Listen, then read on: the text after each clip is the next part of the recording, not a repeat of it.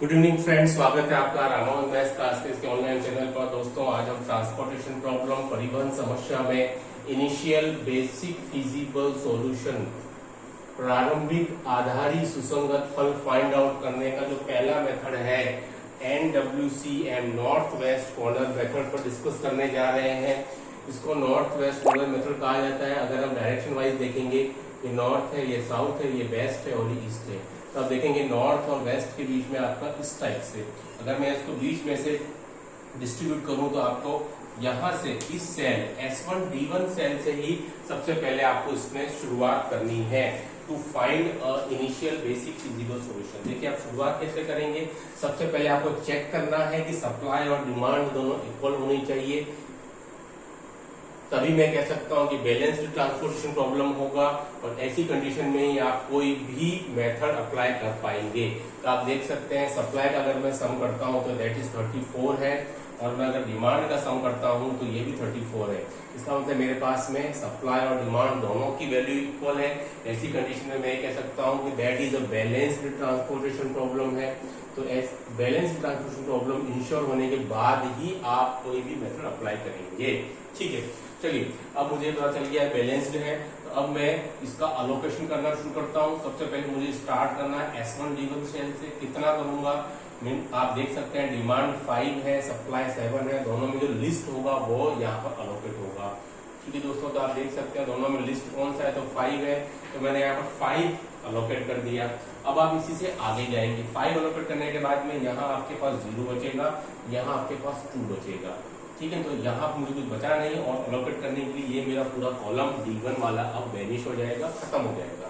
अब आप आगे आएंगे, D2 S1 D2 सेल की बात करेंगे अगर आप यहाँ पर, तो मैं कितना अलोकेशन कर सकता हूँ। सप्लाई 2 है, डिमांड मेरे पास दोस्तों 8 है, तो यहाँ पर आप 2 का अलोकेशन कर पाएंगे, दैट इज द 2। ठीक है, आपको 2 का अलोकेशन कर दिया तो ये यहाँ पर खत्म हो गया। यहाँ पर मुझे 6 बच गया डिमांड में। 2 खत्म होते ही यहाँ पर आपको ये जो रो है S1 वाली, वो आपकी खत्म हो जाएगी। चलिए, अब हम इधर आ जाते हैं। इसके ठीक है, आप नीचे आ जाइए D2 इस कॉलम के अंदर। यहाँ से आपके पास अलोकेशन के लिए क्या क्या है, आपके पास में 6 है और 9 है। तो आप देख सकते हैं दोनों में लिस्ट वैल्यू कितनी दोस्तों, तो जो लिस्ट वैल्यू है वो मुझे कितनी दी हुई है, that is the value of 6।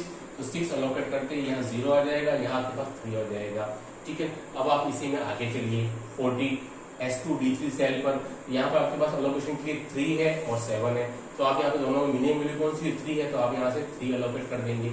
ये आपका 0 हो जाएगा, और यहाँ से कितना हो जाएगा, आपके पास में 4 आ जाएगा। चलिए, अब आपके पास में यहाँ 0 आ गया। अब आप ये पूरा जो रो है S2 रो, वो आपकी वैनिश होगी, खत्म होगी। अब आप आ जाइए S3 D3 पर, इसके ठीक नीचे जंप करिए। यहाँ आप कितना अलोकेट कर सकते हैं, 4 और 18। दोनों में से आपकी जो मिनिमम वैल्यू है वो आपके पास 4 है, तो 4 करते ये 0 हो जाएगा, और यहाँ से आपका कितना बचेगा, 40।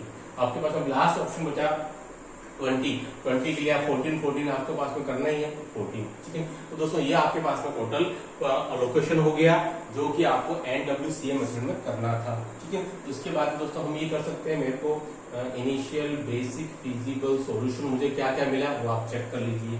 ये क्या है, मेरे को X11 इक्वल टू मुझे कितना मिला, 5। X12 इक्वल टू मुझे कितना मिला, 2। X22 इक्वल टू दोस्तों मुझे कितना था, 6। X23 मुझे कितना आया, 3।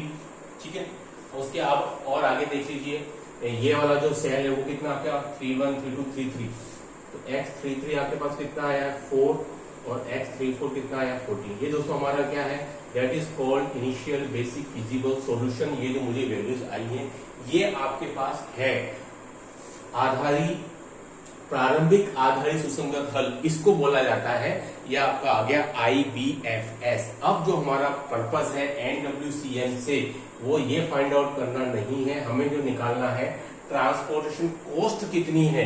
ठीक है दोस्तों, कॉस्ट, तो हमें जो फाइंड आउट करनी है ट्रांसपोर्टेशन कॉस्ट, वो हम कैसे निकालेंगे। तो आपके पास में जो IBFS आया है, उसको आप सभी कॉस्ट से जो मुझे ऑलरेडी गिवन थी उससे आप मल्टीप्लाई कर दीजिए। देखते हैं कितना आंसर आपके पास फाइनली आता है, दैट इज 5 into 19।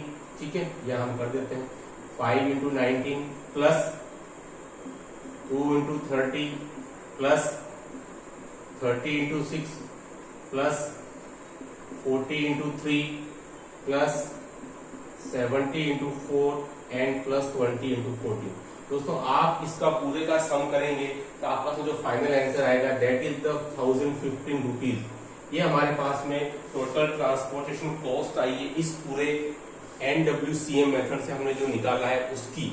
अब कुछ जो बातें आपको ध्यान में होनी चाहिए दोस्तों इस प्रकार के क्वेश्चन के लिए, उस पर हम डिस्कस करते हैं। सबसे पहली बात कि क्या ये एक डीजेनरेट और non degenerate basic feasible solution है या नहीं। ठीक है दोस्तों, इस पर हम डिस्कस करते हैं। अब मैं एक दूसरा टर्म लेकर के आता हूं, m और n कितना कितना है मुझे इस गिवन उसके अंदर। m क्या है, नंबर ऑफ रोज, और दोस्तों n क्या है, नंबर ऑफ कॉलम्स। ठीक है, तो m की अगर बात करें तो आपको रोज कितनी गिवन है, that was 3, number of columns है 4। दोस्तों सबसे पहले आपको m plus n minus 1 check कर लेना है। 3 प्लस 4 माइनस 1 इक्वल टू 6। ठीक है, ये अब हम क्या कर रहे हैं, हमने एक चीज निकाल ली है, वो निकाल ली है ट्रांसपोर्टेशन कॉस्ट। अब जो मैं दूसरी चीज आपको बताने जा रहा हूं वो है कि क्या जो सॉल्यूशन आया है मेरे पास में, क्या यह एक डीजेनरेट है या नॉन डीजेनरेट है। अब हम इसके बात कर रहे हैं, जो सॉल्यूशन आया है वो डीजेनरेट है या नॉन डीजेनरेट है, इसकी बात कर रहे हैं। ये एक इंपॉर्टेंट क्वेश्चन है, इस पर प्रश्न जनरली बन जाता है। ठीक है, डीजेनरेट है या नॉन डीजेनरेट है। ठीक है दोस्तों, अब हम इस पर आते हैं। ठीक है, तो नॉन डीजेनरेट और डीजेनरेट, सबसे पहले मैं m और n देख लिया, 3 रोज 4 कॉलम्स है, मुझे m plus n minus 1 check करना है हर क्वेश्चन में। तो जो m प्लस n माइनस 1 की जो वैल्यू है वो किसके बराबर होनी चाहिए, number of allocated cell, number of allocated cell. इससे मुझे क्या मिलेगा, इससे मुझे नॉन डीजेनरेट BFS मिलेगा। अनभ्रष्ट सुसंगत आधारी सुसंगत हल फाइंड आउट होगा अगर मेरा m प्लस n माइनस 1 की जो वैल्यू है दोस्तों वो नंबर ऑफ अलोकेटेड सेल के बराबर हो। ये पहली कंडीशन है। दूसरी कंडीशन है, ठीक है, दैट सिस्टम, दो कंडीशन है, system must be independent, system must be independent. मुझे दोस्तों ये दो कंडीशन दी हुई हैं, इन दो कंडीशन को अगर कोई फॉलो कर लेता है तो मुझे मिल जाता है non degenerate basic feasible solution. पहली कंडीशन है कि m plus n minus 1 equal to क्या है, नंबर ऑफ अलोकेटेड सेल। ठीक है, पहले इसको हम चेक कर लेते हैं। तो ये 6 आया था, तो कितना था, यहां मुझे सेल हुआ 1 2 3 4 5 और 6, तो ये तो मेरे को दोनों इक्वल हो गए 6 और 6 कि मैंने यहाँ अलोकेशन किया था 1 2 3 4 5 6, ये दोनों तो इक्वल हो गए कि m प्लस n माइनस 1 की जो वैल्यू है दोस्तों वो नंबर ऑफ अलोकेटेड सेल के बराबर आ चुकी है। अब हम दूसरी बातें करते हैं कि सिस्टम जो है वो मस्ट बी इंडिपेंडेंट है। तो दोस्तों इंडिपेंडेंट होने के लिए मेरे को जो सबसे बड़ी चीज जो है वो है कि एक लूप नहीं बनना चाहिए, लूप नहीं बनना चाहिए। मतलब किस टाइप से लूप, ठीक है, मतलब अगर मैं बात करूं, मैंने जो अलोकेशन किए हैं इस टाइप से, तो मैं अगर इनको मिलाऊंगा तो इस टाइप से पूरा एक स्क्वायर मैट्रिक्स टाइप मुझे नहीं बनना चाहिए। तो इसमें आप देखेंगे, तो अगर आप देखेंगे तो यहाँ मेरा अलोकेशन हुआ, यहाँ हुआ, अगर मैं इसको इससे मिलाता हूँ, इसको इससे मिलाता हूँ, तो यहाँ पर नहीं बना है, ये यहाँ चला गया है, तो मैं अगर इसको इससे मिलाता हूँ तो ये यहाँ चला गया। तो आप देख रहे हैं कि एक जो आपको लूप है वो नहीं बनना चाहिए, पूरा एक क्लोज लूप बन जाता है। तो ऐसी कंडीशन में वो एक डीजेनरेट बेसिक फिजिबल सॉल्यूशन बन जाएगा और जो हमको नहीं चाहिए। ठीक है, तो हमें जो आंसर निकालना है that is the non degenerate basic feasible solution. इसको आप बोल सकते हो अनभ्रष्ट आधारी सुसंगत हल। ठीक है, तो जो इसमें जो खास इंपॉर्टेंट चीज थी वो आपको आई होप की समझ में आई होगी कि कैसे निकालते हैं उसको, कि m प्लस n माइनस 1 की जो वैल्यू है वो इक्वल होनी चाहिए नंबर ऑफ अलोकेटेड सेल के।